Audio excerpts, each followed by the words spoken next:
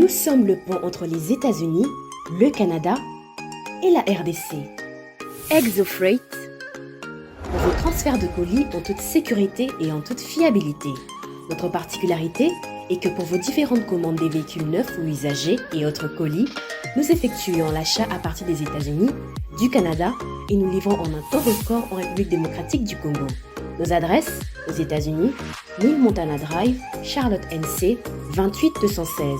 Au Canada, 6377, Boulevard Monk, H4, E3, H8. À Kinshasa, au numéro 32, avenue Kitona, quartier Rigeni, commune de Lemba, et bientôt à l'est de la RDC. Avec ExoFreight, il n'y a plus de limites.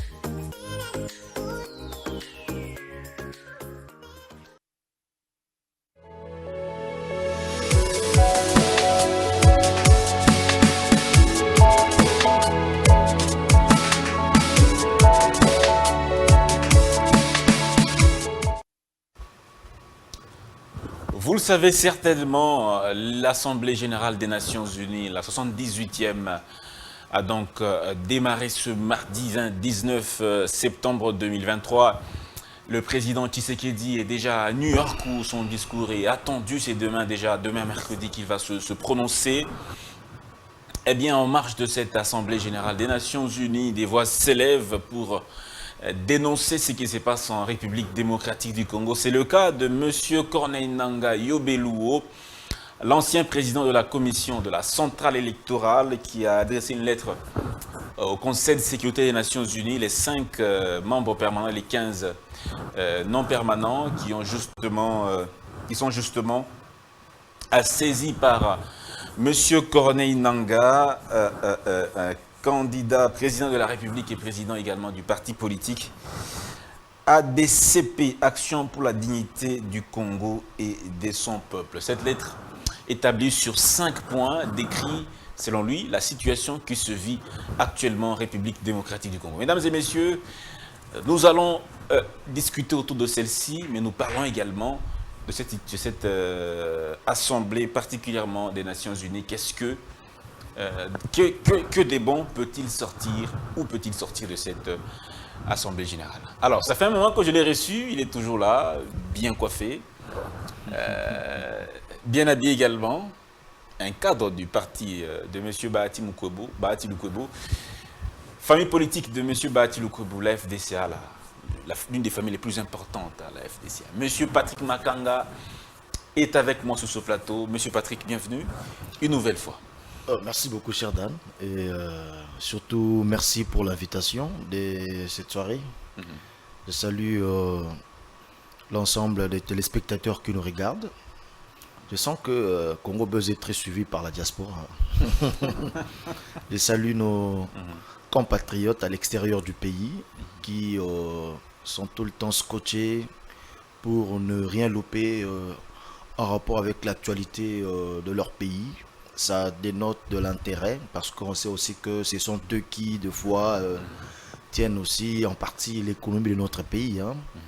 Ce sont nos frères de l'extérieur qui, de temps en temps, interviennent pour que des familles ici à Kinshasa, dont la vie n'est pas du tout facile, ici en RDC, dont la vie n'est pas du tout facile, puissent un peu tenir. En tout cas, je les encourage et je vous respecte beaucoup. Je salue l'ensemble des téléspectateurs congolais d'une manière générale. Et voilà, au fait, une fois de plus, merci.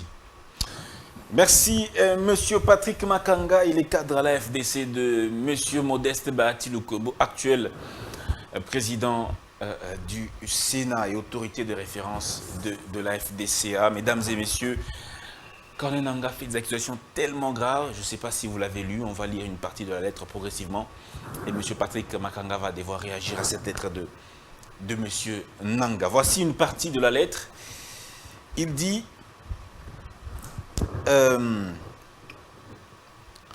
en République démocratique du Congo, la constitution et les lois du pays ne s'appliquent qu'au petit peuple et aux opposants politiques. Désignation de 2019 et ce en violation des dispositions pertinentes aussi bien de la Constitution que de la loi organique du 15 octobre portant organisation et fonctionnement de la Cour constitutionnelle de 3 membres de la Cour constitutionnelle. changement impromptu et anticonstitutionnel de la majorité parlementaire en cours de mandat par des méthodes policières et des menaces, des corruptions en violation de l'article 78 de la Constitution et surtout des règlements intérieurs des deux chambres du Parlement. Alors, Monsieur Patrick Makaka, cette question de la Constitution, violation de la Constitution, changement de majorité parlementaire en cours de mandat et la loi qui s'applique qu'aux opposants et aux journalistes. Bon, est-ce que M. Nanga, dans cette lettre, dans cette diatribe, il y a une part de vérité ou tout est mensonge? J'aimerais d'abord essayer d'aborder sous deux volets. Le premier volet, c'est d'abord essayer de mettre un avis, de réfléchir sur l'auteur de cette lettre. Deuxièmement, nous allons essayer d'aborder d'une manière superficielle parce que c'est une lettre un peu dépourvue de fond. Nous allons essayer d'aborder un peu d'une manière, je ne sais pas, approfondie, superficielle, ce que lui a écrit, le contenu de sa lettre. Alors, comme j'ai dit tantôt, dans le premier volet, j'aborde sur la personne de M. Corneille Nanga. En principe, un monsieur qui a eu à diriger un appareil indépendant, un organe indépendant qui est la CENI, qui devrait aujourd'hui être vu comme un des experts en matière électorale que le pays devrait en principe recourir pour des éventuelles solutions. Pourquoi ne pas être un expert en matière électorale sur le plan mondial? Ces messieurs, sur le plan continental, les gens passent. Mais curieusement, vous constaterez que M. Corneille Nanga, sachant qu'il n'a rien à offrir, d'abord, de part de malversations électorales qu'il a eu à fournir à la population congolaise et surtout dans le volet élections législatives où il y a eu tripatouillage, où nous avons vu M. Corneille Nanga. Il y a eu tripatouillage aux législatives de 2018. Bien évidemment, nous sommes parmi ceux qui... Nous sommes parmi des victimes. Qu'est-ce qui démontre qu'il y a eu tripatouillage? Comment que vous êtes l'un des partis on méritait plus que ça. Le plus représenté à l'Assemblée nationale. Je vous dis qu'on méritait plus que ça. On méritait plus que ça.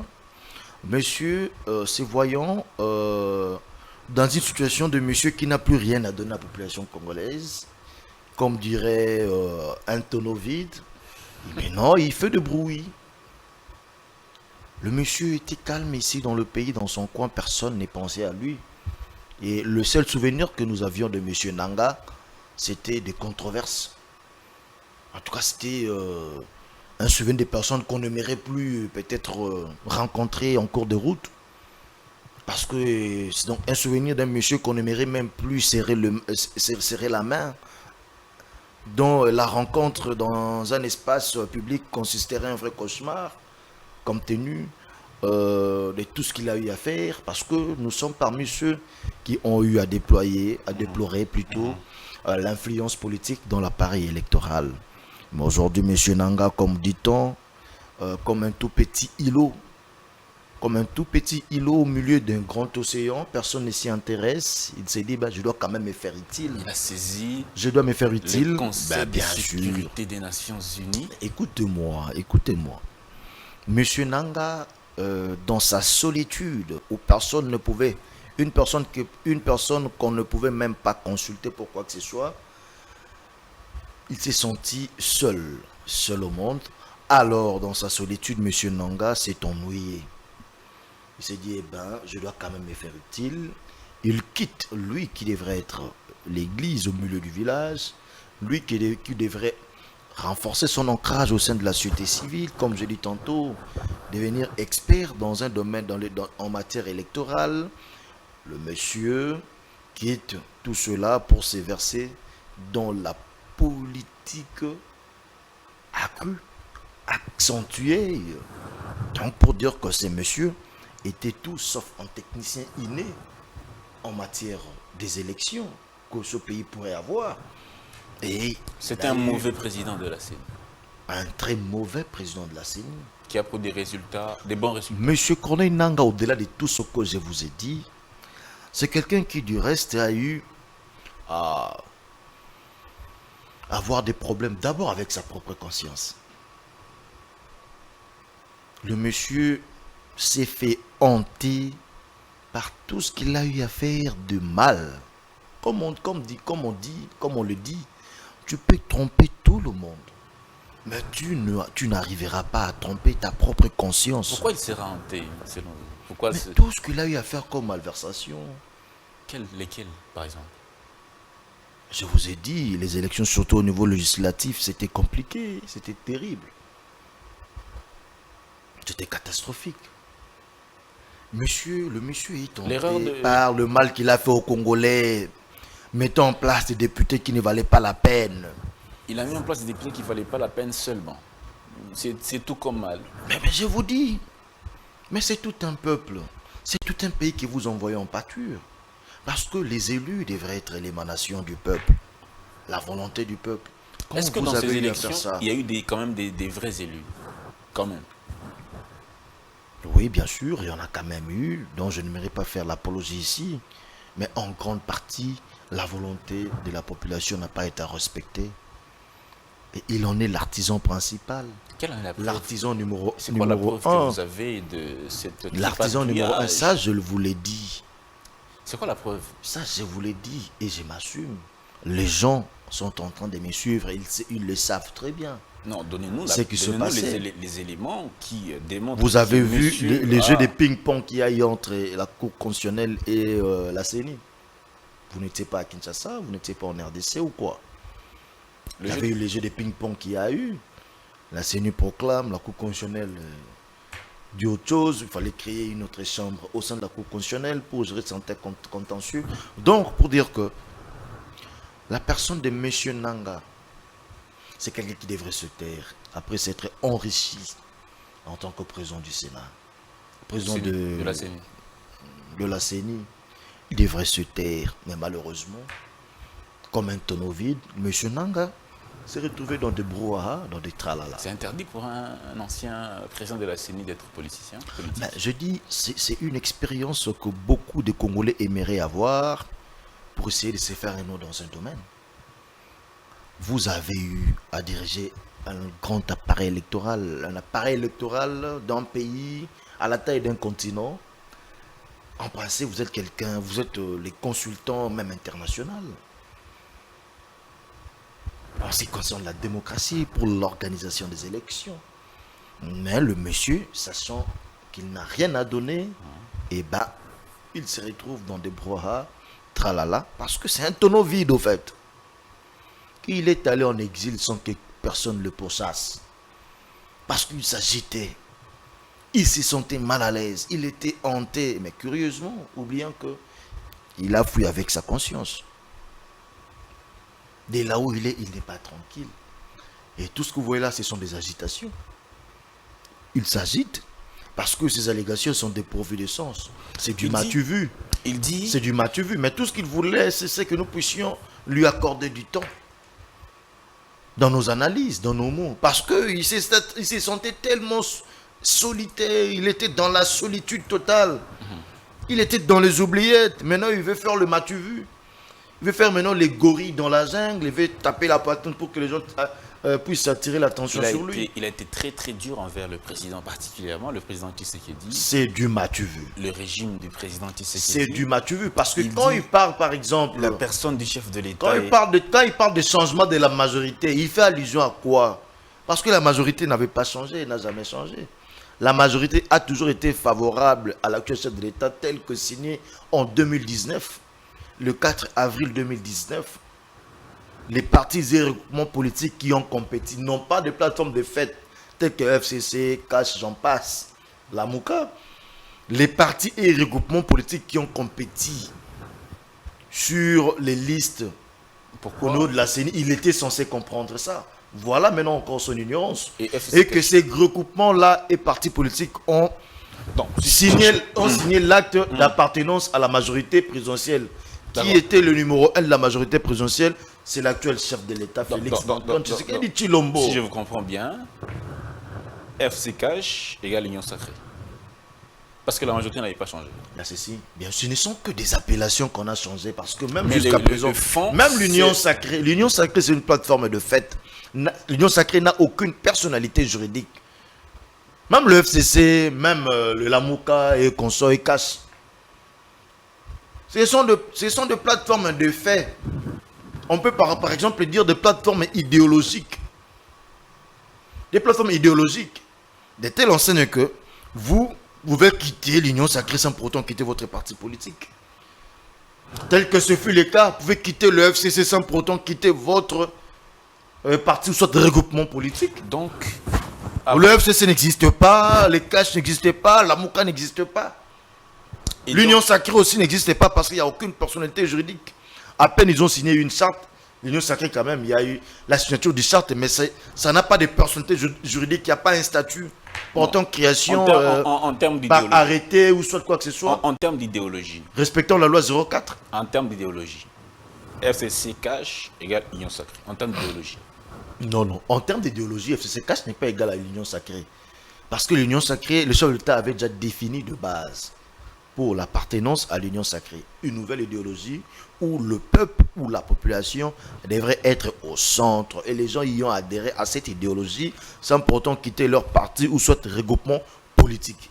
Nous fustigeons seulement ceux qui du reste ont eu à quitter leur parti regroupement politique. Ils n'ont pas droit à cela parce que la loi l'interdit.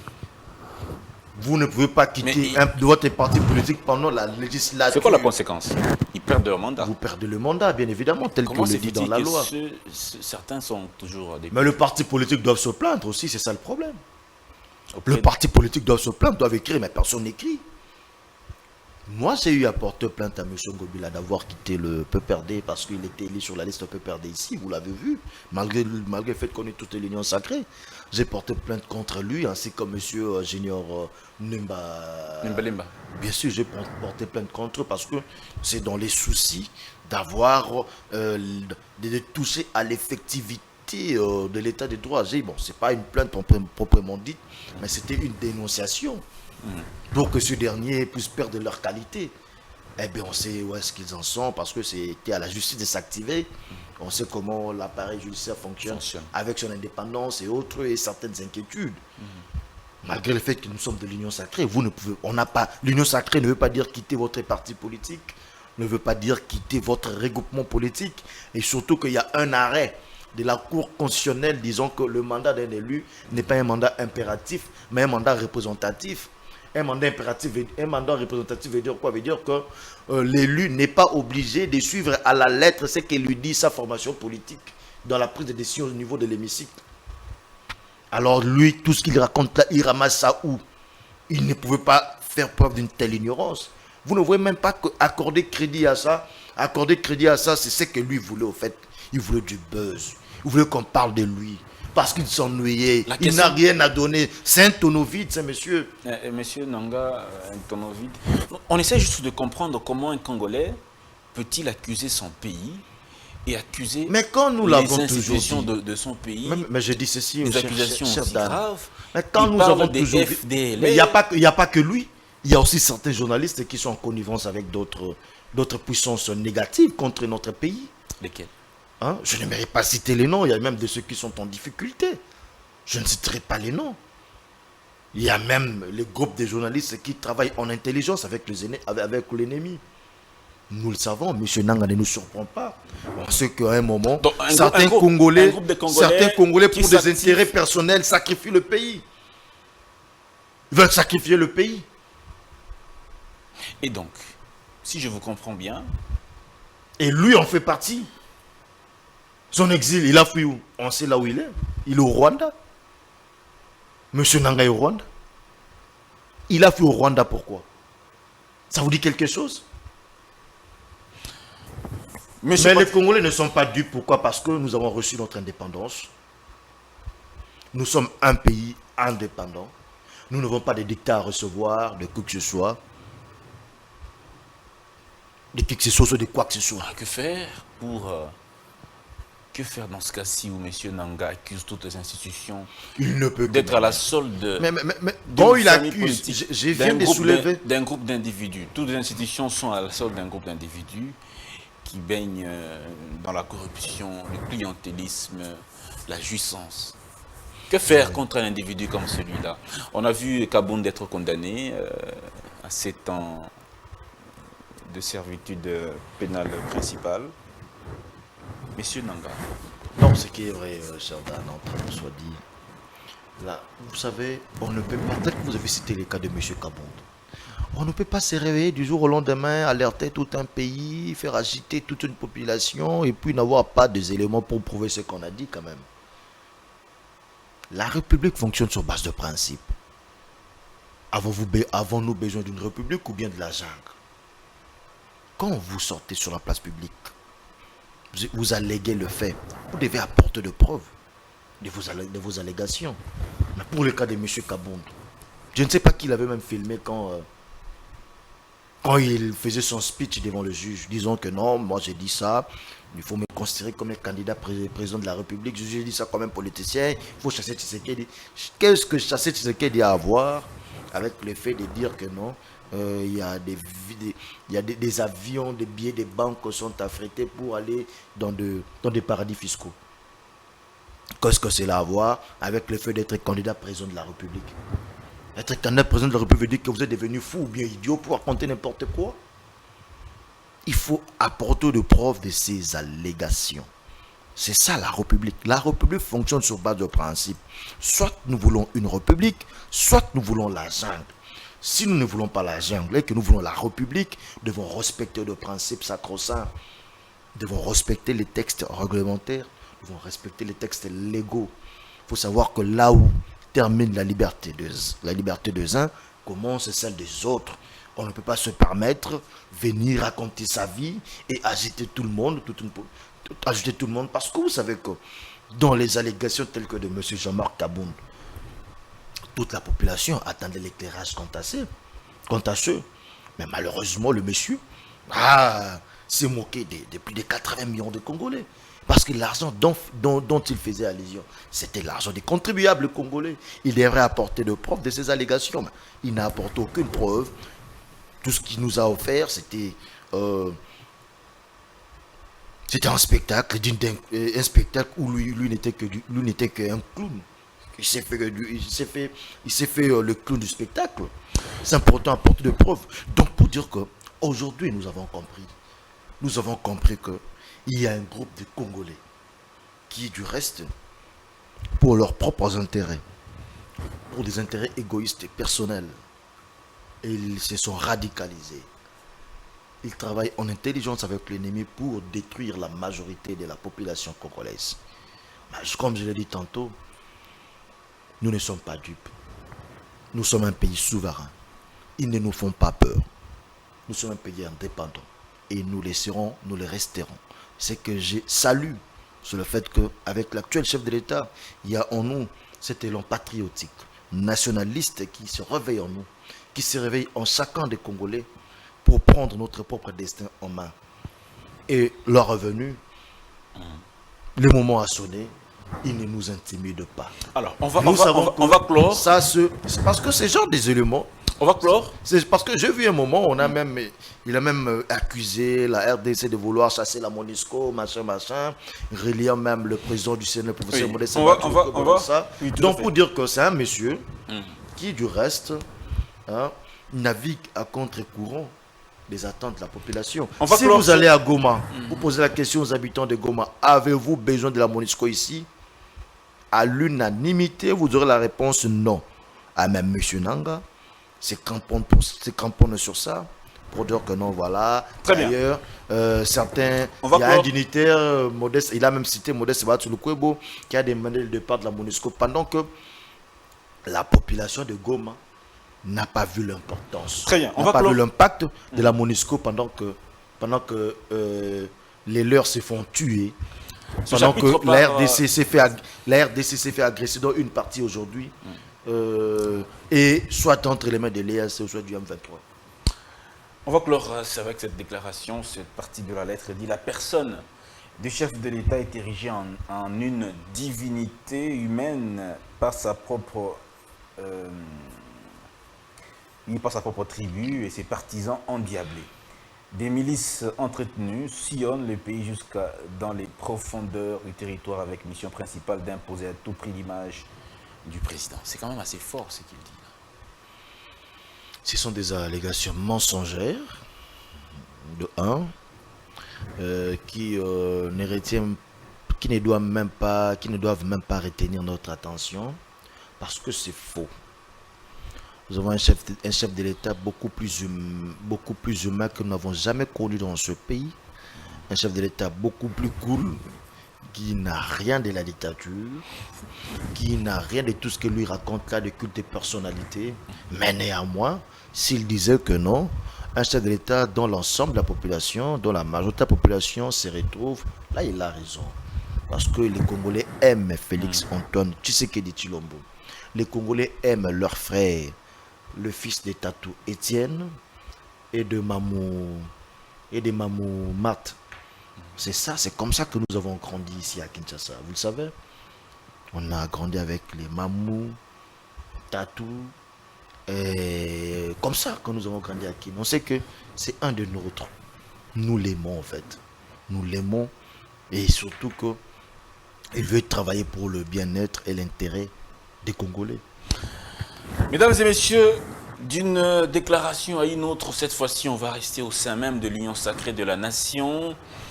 Eh bien, la famille politique du président Tshisekedi, président Félix Antoine Tshisekedi, eh bien, dans sa propre famille politique, il y a des brebis qui se lèvent pour dire que l'action gouvernementale ne tient pas. Elle est amorphe.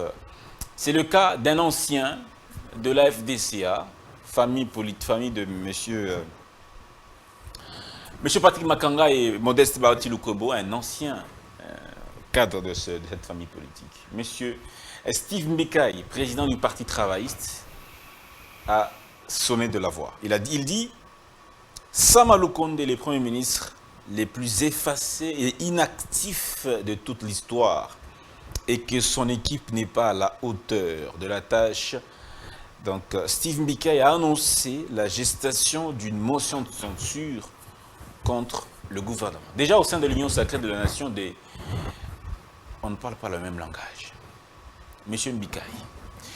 Alors, Monsieur Patrick Makanga, l'Union sacrée de la nation. Ouais, là, ce qui est vrai, on doit reconnaître qu'au sein de l'Union sacrée, nous n'avons pas réussi à mettre en place un bloc inextricable pour parler le même langage. Nous avons tous les modus operandi de notre camarade Steve Mbekaï. Ici, il a besoin de quelque chose, il fait des bruits. Hein. Comme quoi? Non, lui, s'il a besoin de quelque chose, il fait des bruits. Il y a la campagne qui s'annonce. Il n'a pas été ministre.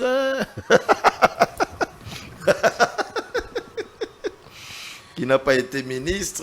Il y a ceci, cela. Donc, il faut dire qu'il faut regarder ça. Il faut bien regarder hein, ce qu'il dit là. Il faut regarder ça bien. Il faut bien regarder. Il faut porter des lunettes pour regarder ce que dit M. Steve Mbekaï. Il a tort. Il a tort. Les camarades, c'est faire du bruit pour avoir ce qu'ils veulent. À un moment, il voulait dire que non, l'AFDC n'appartenait pas. À un moment, il a dit que l'AFDC n'appartenait pas au professeur Modeste Batou Lukobo, non? Il s'est allié avec Nanem Koulou récemment ici. Il dit non, il va faire partie de l'AFDC allié parce que la conférence des présidents, machin, tout ça. Donc, c'est un monsieur qui aime bien beaucoup tenir sur ce qu'il veut. S'il n'a pas ce qu'il veut, il fait de bruit. Et la campagne approche, il faut savoir. C'est un aigri, c'est un... La campagne électorale approche. Et imaginez-vous que M. Mbekaï peut-être il s'est dit, bon, je n'ai pas réussi à être ministre ni à l'AFDC, ni par les yeux doux au chef de l'État. Maintenant, la campagne approche. Est-ce que je ne pourrais peut-être pas même, je n'userais pas de chantage à l'égard des premiers pour peut-être des gains que je maîtriserais. Donc, pour dire qu'il faut porter des lunettes. Parce que je dis que nous n'avons pas réussi au sein de l'Union sacrée à créer un bloc inextricable. Ouais, un peu un bloc solide. Des gens qui ont la même façon de voir les choses. Ça remet en question le bilan du gouvernement Sama Lukonde. Non, mais le gouvernement Sama Lukonde n'a rien à voir avec la politique au sein de l'Union sacrée. Mais déjà, quand Mbekaï dit qu'il est inactif, Ça veut dire qu'il ne travaille Non, pas. dire qu'il est inactif, c'est être de mauvaise foi. C'est qu'il est de mauvaise foi. Être de mauvaise foi, parce que les budgets que nous avons aujourd'hui, 16 milliards, c'est grâce à ce gouvernement de Samba Lokonde. Les budgets que nous avons aujourd'hui. Si on a lancé les programmes de 145 territoires, ben, c'est grâce au gouvernement de Samba Lokonde. Beaucoup de Si aujourd'hui il y a des primes, permettez-moi. Si aujourd'hui, sceptiques quand même par rapport à la matérialisation de ce budget-là. non, écoutez, ne vous en faites pas. Aujourd'hui, il y a Donc, des élèves, il y a des élèves par qui rapport à ça. étudient, il y a des élèves qui étudient dans de très bonnes conditions, tout en étant dans des territoires isolés hein, du pays, reculés. Ils étudient gratuitement dans de très bonnes conditions comme ceux de Kinshasa. Vous voyez, tout ça c'est aussi grâce à ces programmes. Des 145 territoires, Villages, je vous dirais... quelques villages, quelques noms, quelques écoles aussi, pour Non, que nous non. puissions attester ce que vous dites, bien sûr. C'est C'est vrai, le projet là, 145 territoires. Et ça porte des fruits, c'est ça. Ça porte des fruits. Et si aujourd'hui nous avons... Bon, ça porte des fruits, les c'est pas mauvais. instaurations de primes sur la gratuité, il y a beaucoup d'actifs. Hein. Ça serait vraiment... si aujourd'hui on a quand même réussi à signer le contrat avec une firme pour exploiter nos blocs pétroliers ici. Parce que dernièrement, vous avez vu le ministre des Hydrocarbures signer le contrat avec une firme là qui a gagné le marché après appel d'offres lancé. C'est grâce au gouvernement de l'Union Sacrée. Moi, je pense que être de l'Union Sacrée et combattre le gouvernement de l'Union Sacrée serait faire un peu du... serait vu comme du chantage, au fait. Comparons Sama. Je ne peux pas accepter l'ignorance de ceux qui sont dans l'opposition parce qu'ils ne savent pas comment ça se passe. Mais ceux qui sont au pouvoir, ceux qui sont de l'Union Sacrée, sont censés comprendre que non, en tout cas, hormis certains secteurs qui n'ont pas donné de très bons résultats, quand même, aujourd'hui, le gouvernement de l'Union Sacrée travaille, mobilise suffisamment de ressources et puis attaque certains projets de développement de base. Comparons Sama, Matata Pogno, Chibala. Il n'y a pas match, il n'y a pas photo, il n'y a pas photo. Il n'y a pas photo. Monsieur Sama Lokonde n'est pas dans des matures, dans des déclarations. Attendez. Tel que monsieur Matata Pogno, des déclarations scientifico-compliquées. Depuis les élections de 2006 jusqu'en 2023, monsieur Sama Lokonde, c'est le meilleur premier ministre. Bien sûr, il est le meilleur parce qu'il a, parce que d'abord, il a trouvé notre budget à 5 milliards. Il a d'abord doublé le budget à 11 milliards et puis il est allé à 16 milliards. Aujourd'hui, on en va avoisiner plus ou moins 20 milliards de dollars. Là, c'est encouragé. Et surtout, quand on a doublé le budget de 11 milliards, il y a eu des excédents budgétaires. Hein, il y a des excédents budgétaires à 16 milliards aussi. Tout se passe très bien jusqu'à présent. Il n'y a pas de difficultés. On est dans la mobilisation dans la mobilisation de ces recettes de budget 2023. On est à quel niveau? Qu'est-ce qu'on a déjà atteint sur les 16 milliards? Combien? On est à combien? On n'est pas bientôt là. Nous sommes, il y a la session. Je pense que les chiffres bientôt seront publiés. C'est au mois de septembre que nous aurons un peu l'image vers la fin hein, du niveau de l'exécution.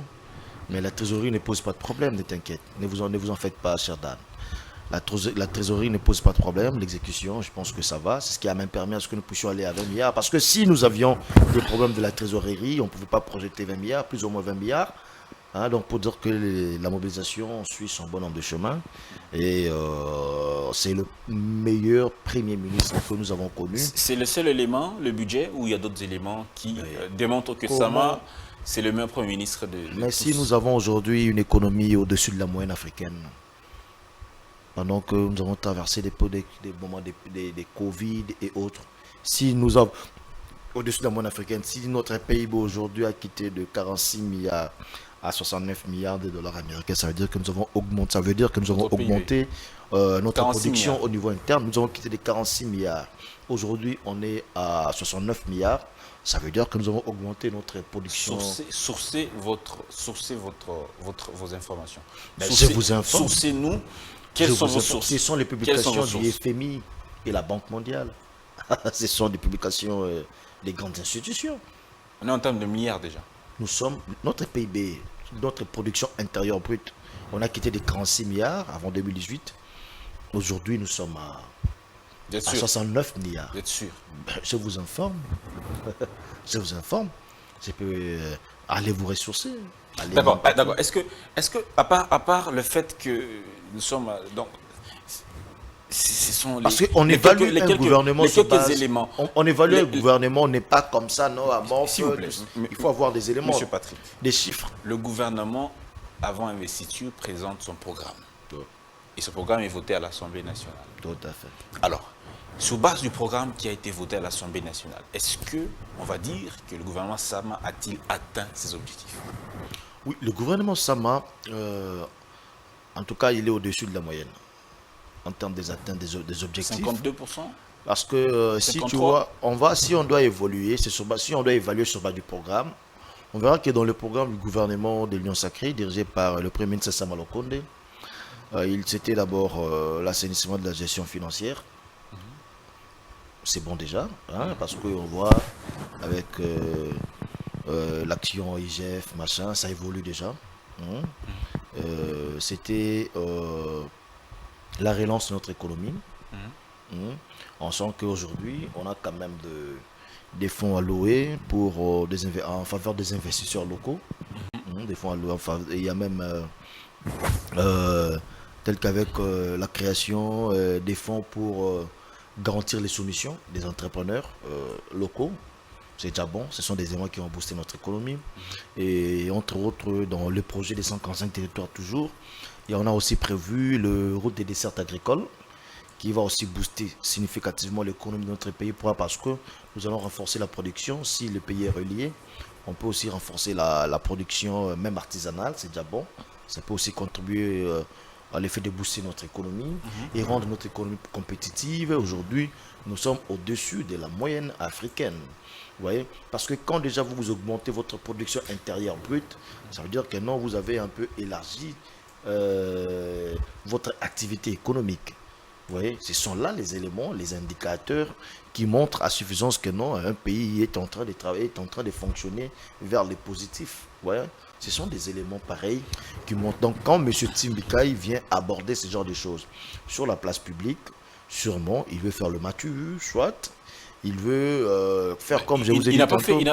Vous voulez dire qu'il ne s'est pas ressourcé? Non, pas du tout. Il n'a pas fait des recherches abondantes. Là, il fait la politique dans des domaines purement techniques. Vous voyez, il fait la politique, même en termes des infrastructures. Aujourd'hui, avec les fonds décaissés, déboursés par le gouvernement, tel qu'au niveau de l'armée, la loi sur la programmation militaire, le gouvernement Sama Lokonde a eu à mettre en place plus ou moins 1,4 milliard de dollars américains. Pour recruter plus de 18 000 éléments, on n'en disconvient pas. Pour relancer l'industrie militaire aujourd'hui. Il y a des tenues des militaires qui sont produits ici chez nous, en République démocratique du Congo. Moi, je ne sais pas tout ce que dit M. Timbikai, il tient ça d'où? Raison pour laquelle je vous ai dit tantôt, quand notre camarade hausse les tons, il faut porter des lunettes. Il a été élevé au mamelles de la FTC. Donc c'est votre camarade. Non, c'est un allié.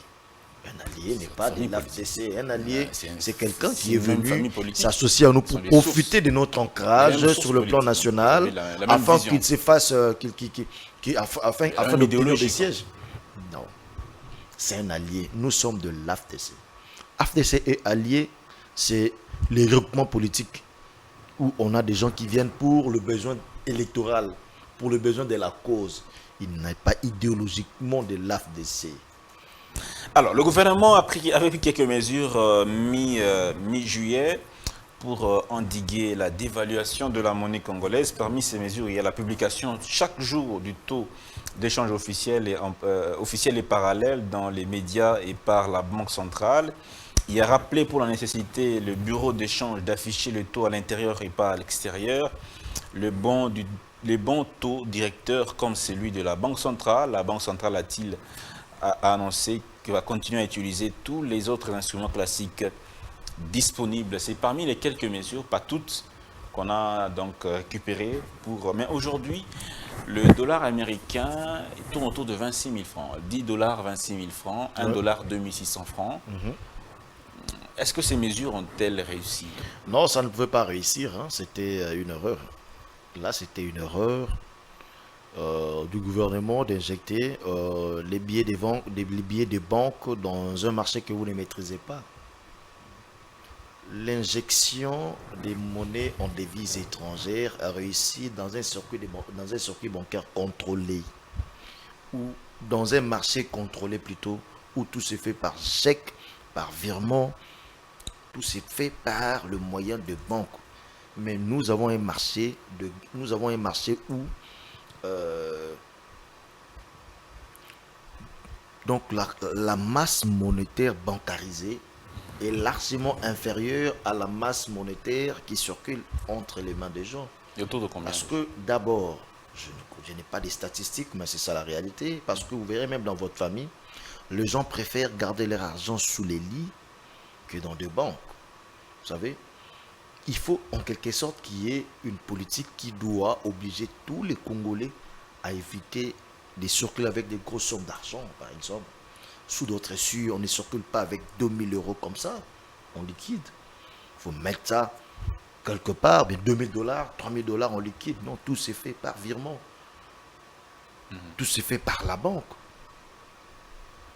Mais nous avons un marché où bat aussi le plein la corruption, où vous êtes venus. Merci beaucoup, Monsieur Patrick Makanga. Mais je pense que si par la semaine prochaine, la semaine qui va suivre, on pourra faire cette émission sur les Indo-Pakistanais, deviennent de plus en plus puissants au Congo. Ils sont très puissants, ils ont notre économie en main. Ouais. Et puis ils ont mis en place un réseau, ils ont maintenant aujourd'hui un réseau, même des députés. Ils financent des campagnes, la campagne de certains députés. Les Indo-Pakistanais que nous voyons là en polo, parfois bien sûr, en babouche. Bien sûr. Ils financent certains députés. Ils savent que nous devons avoir un lot de députés pour leur lobby. Maintenant, ils ont besoin des lobbies politiques. Ils ont besoin des lobbies au niveau de la magistrature suprême. Ils ont besoin des lobbies au niveau de la police, au niveau de l'armée, pour faire asseoir leurs activités économiques, parce qu'ils se disent des facilités que nous aurons sur le plan économique. Donc il y a des Congolais être soutenus. Qui corrompent certains Congolais. Bien sûr, des Congolais. Mais quand je vous dis qu'il y a des Congolais qui ne le sont que de nom, quelle que soit leur position, qui travaillent à contre-courant, mais ça veut dire que ça veut tout dire. Merci beaucoup, Monsieur Patrick Makanga. Mesdames et messieurs, je suis des cœurs avec toute la population qui se trouve dans le Kasaï, Mbujimaï, Kananga. Nous apprenons que la situation n'est pas assez rose dans cette partie du pays. Et donc, nous sommes des cœurs avec vous, vous qui êtes au centre du pays. Mbujimaï, Kananga, partout où vous vous trouvez dans le centre du pays, Chikapa, eh bien, nous sommes des cœurs avec vous. On ne vous oublie pas. Monsieur Patrick Makanga est député national à Tchangou. Candidat député national. Candidat député national, pardon, à Tchangou. Vous êtes jeune, vous avez des idées, vous voulez faire votre entrée à l'hémicycle. Quelles sont les motivations qui vous animent, vous, Monsieur Patrick Makanga, pour postuler? Votre mandat sera un mandat national. Qu'est-ce qui vous anime, vous, de devenir, d'avoir ce mandat électif-là, de député national? D'abord, de prime abord, nous devons changer ces concepts d'un élu du peuple. Dernière question, oui. D'un élu du peuple, de telle enseigne qu'il y a bon nombre de Congolais pensent qu'un député, c'est celui qui est là pour être appelé papa social. Papa social, président, tout ça du soir, qui distribue les billets de banque. Vous voyez que nous devons un peu changer cette connotation d'un député patron qui est loin de sa base. Parce on a constaté que c'est très anormal de voir qu'un député n'a même pas un bureau dans sa circonscription électorale. Il n'a aucun bureau.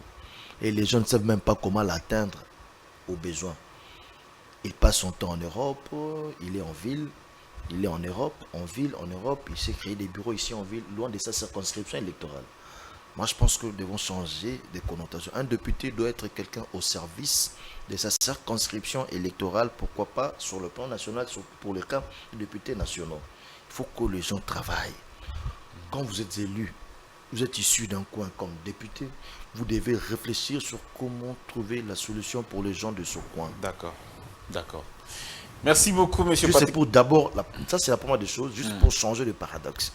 Mais il y a beaucoup à dire sur ça. Beaucoup à dire. Je crois que nous aurons une autre émission avec vous. Dieu voulant, la semaine prochaine, on va épingler cette question des Indo-Pakistanais. Vous devenez de plus en plus puissants. Il faut qu'on regarde votre cas. Ce n'est plus normal. Alors, merci beaucoup à Chrislin Bouka, Marthe Mbombo, Homo Fortis Elika et toute l'équipe qui m'a accompagné pour vous atteindre chez vous à la maison. Merci beaucoup à M. Patrick Makanga. C'est moi qui vous remercie, cher Dan. Qui est cadre de l'AFDCA, famille politique du président du Sénat, Modeste Bahatilko. Portez-vous bien et on se retrouve prochainement.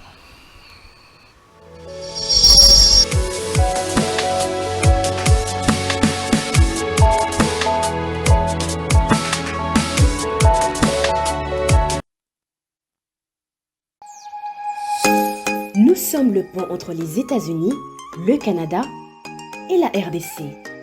ExoFreight, vos transferts de colis en toute sécurité et en toute fiabilité. Notre particularité est que pour vos différentes commandes des véhicules neufs ou usagés et autres colis, nous effectuons l'achat à partir des États-Unis, du Canada et nous livrons en un temps record en République démocratique du Congo. Nos adresses aux États-Unis, 1000 Montana Drive, Charlotte NC, 28216. Au Canada, 6377, boulevard Monk, H4, E3, H8. À Kinshasa, au numéro 32, avenue Kitona, quartier Rigini, commune de Lemba et bientôt à l'est de la RDC. Avec ExoFreight, il n'y a plus de limites.